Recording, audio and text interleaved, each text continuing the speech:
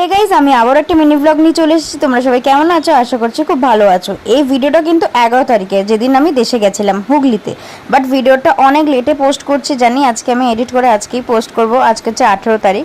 তো যাই হোক, প্রথমেই আমি দেখাই ঘুরে তোমাদের হুগলিটা। তো এখানে হচ্ছে এটা আমাদের পিসির বাড়ি, এটা আমাদের পুরোটাই জমি। তো এখানে আমরা একটু সকালবেলা স্নান টান করে ঘুরতে বেরিয়েছিলাম বোন আমি। তো এখানে এত পরিমাণে কি বলবো, পোকামাকড় থেকে শুরু করে তারপরে এখানে আরও অনেক কিছু ছিল, তো সেগুলোই দেখার জন্য বেরিয়েছিলাম। তার সাথে চাষবাস ছিল, সেগুলোর জন্য বেরিয়েছি দেখার জন্য। আর কিছু ভিডিও তো ছিলই, তোমরা হয়তো এই ভিডিওটা পাওয়ার আগে অনেক রিলস ভিডিও দেখে নিয়েছো।